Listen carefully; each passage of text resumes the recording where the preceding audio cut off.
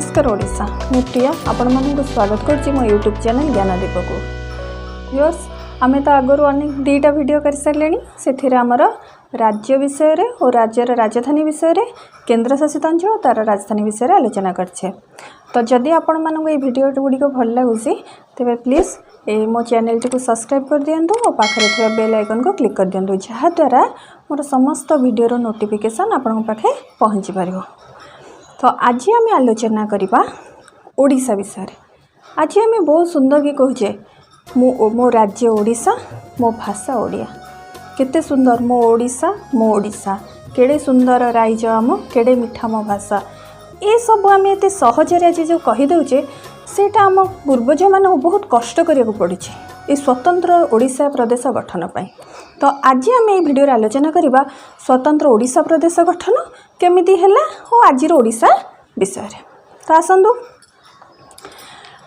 आमर 1936 मसीहा एप्रिल 1 तारिख मन रहा 1936 मसीहा एप्रिल 1 तारिख जोटा कि आम उत्कल दिवस रूपे पालन करुचे सेबे आमर स्वतंत्र ओडिशा बोली गोटे प्रदेश गठन है।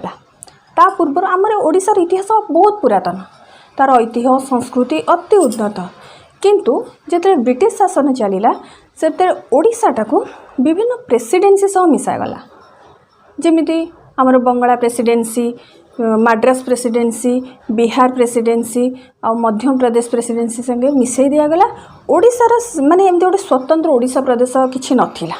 आमे जेमती आज कहूँ आम राज्य है ओडिशा सेमती किछि नथिला।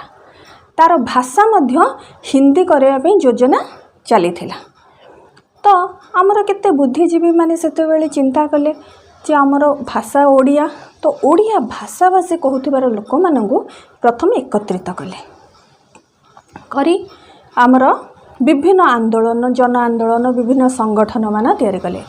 1875 मसीहा मन रखिथिबे 1875 मसीहा आमर बालेश्वर राजा आमर श्यामा प्रसाद दे देशव्रती विचित्रानंद दास से माने बंगलार जेतेबेलर लेफ्टिनेंट जे थिले तांको जाइए स्वतंत्र ओडिशा प्रदेश गठनर बाई स्मारकी पत्र प्रदान करथिले। सेटा थिला स्वतंत्र ओडिशा प्रदेश गठनर मूलदुआ। सेतेबेले ओडिशार बहुत मान्य व्यक्ति माने एथिरे जोग देथिले। आमर विभिन्न कवि लेखक उपन्यासिक तापर आमर उत्कलमणि गोपबंधु दास हुअंतु आमर उत्कल गौरव मधुसूदन दास हुअंतु पारलाखे मुंडी राजा और कृष्णचंद्र गजपति आम तो जदि लिस्ट करवा बहुत लोक एथिरे जोग देथिले। तो आमर ये आंदोलनटा ओडिशा भितर सीमित हो रहिलानी हेतबे जातीय कांग्रेस अधिवेशन ठू आरंभ करी इंग्लैंडर गोल टेबल बैठक पर्यंत यार स्वर देखा जाइथिला।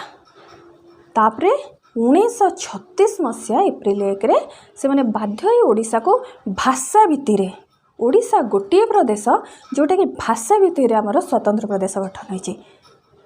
ताले मन रखु 1875 मसीह 1936 दीर्घ 61 वर्ष ये आंदोलन जारी रही तापर जाई आमको स्वतंत्र ओडिशा प्रदेश मिलता जेहेतु भाषा भितर ये ओडिशा प्रदेश गठन होता तार भाषा रहा ओडिया। तो सेते बेले हमर ओडिशा नथिला थिला ओडिशा भाषा ओडिया राज्य थिला ओडिशा। 2011 मसीह ता ओडिशा रु ओडिशा करागला है। तो आमे एबे पढ़िबा आजिर ओडिशा रे से तो आमे तो पढ़िले जेमिति ओडिशा प्रदेश गठन हैला तो आजिर ओडिशा विषय में पढ़िबा। भारत मानचित्र रे ओडिशा पूर्व उपकूल रे अवस्थित। यार पड़ोसी राज्य किए किए यार पड़ोसी राज्य रहिले पश्चिम बंग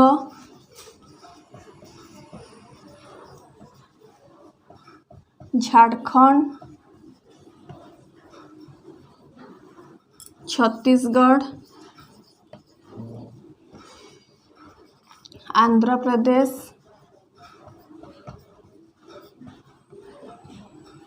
और तेलंगाना।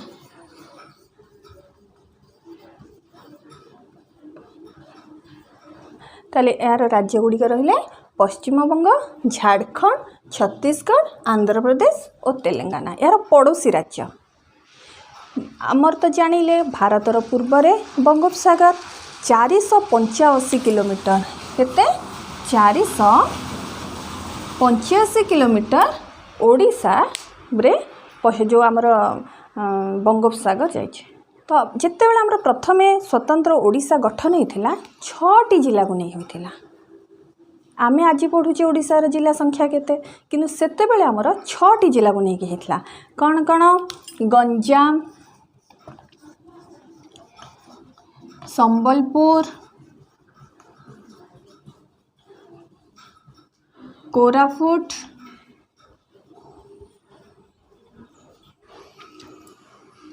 बालेश्वर, पुरी, कटक 6टी जिला को नहीं सेते बेला ओडिशा गठन होता। तार राज्य थिला राजधानी कौन थिला? कटक। यार राजधानी है कटक। ओडिशा 30टी जिला नामक प्रशासन एकक भाग करागला ओडिशा को। तमें तार जिला संख्या है 30। तार जिला संख्या केते? 30। 30टी जिला को 10-10-10 3टी डिविजन भाग करागला। प्रत्येक डिविजन ने 10टी जिला रहा। तो 3टी डिविजन कौन कौन? आमर केंद्रीय डिविजन रहा कटक। उत्तर डिविजन है संबलपुर। दक्षिण डिविजन है बरहमपुर।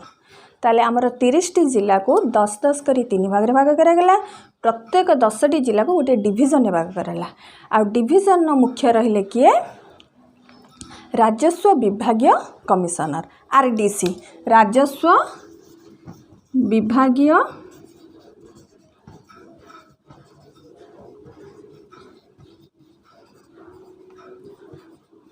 कमिशनर से होचंती हमर भारतीय प्रशासनिक माने आईएएस। तापरे 30टी जिला को आमर 3टी डिविजन रहिला। प्रत्येक डिविजन को आमर भाग करा जाई ओडिसा रे 58टी सब डिविजन। ताले सब डिविजन संख्या केते रहिला? 58टी। सब डिविजन रहिला 58टी। तापरे 58टी सब डिविजन को आमर 314टी ब्लॉक 317टी तहसील ले भाग करागला। ताले आमर जो रहिला डिविजन तार मुख्य हेले किए?